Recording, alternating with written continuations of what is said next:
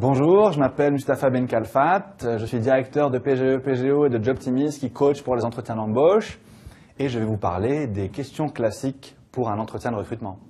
Pour résumer ces grandes questions classiques, évidemment on pourrait imaginer qu'il y en a une infinité, pensez, l'entreprise, vous et l'entreprise. Alors les questions qui vous concernent vous, alors c'est vous hier, vos expériences, reprendre votre CV et vous demander de revenir point par point, savoir comment vous avez réagi.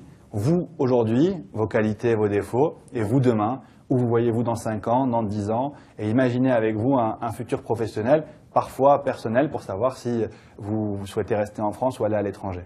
Donc il est normal qu'un recruteur aborde ces questions avec vous. Ensuite, l'entreprise. Qu'est-ce que vous savez de l'entreprise? Comment l'avez-vous su? Quel regard portez-vous sur l'entreprise ou sur ses grands projets? On veut vérifier qu'un candidat s'est renseigné, parce que tout le monde arrive en disant qu'il est motivé. En revanche, on ne peut pas signer un chèque en blanc. On ne peut pas vous embaucher et se dire « Eh bien maintenant, on va voir si réellement cette motivation a été fondée ou si il nous a juste sorti les violons. » Pour vérifier, j'insiste, que vous êtes motivé, les gages que vous allez nous donner, c'est votre préparation en marge de l'entretien. La qualité de la prise d'information est une preuve du degré d'investissement et du degré de motivation d'un candidat. Enfin, les questions candidat plus entreprise. Donc là, ce qu'on va sonder, c'est la qualité de la projection du candidat au sein de l'entreprise. On va imaginer un futur commun. Si vous avez un candidat qui s'est projeté, qui a vraiment imaginé ce qu'allait être son quotidien au sein de l'entreprise, vous le ressentez et vous le comprenez très vite.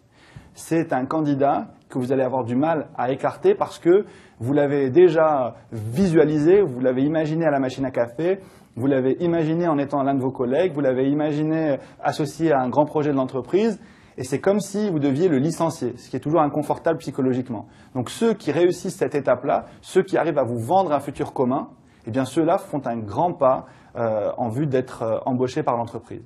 En conclusion, rebaptisons les questions classiques questions de fond. Et un candidat qui n'a pas de fond ne peut pas sérieusement imaginer intégrer une entreprise qui a de hautes ambitions.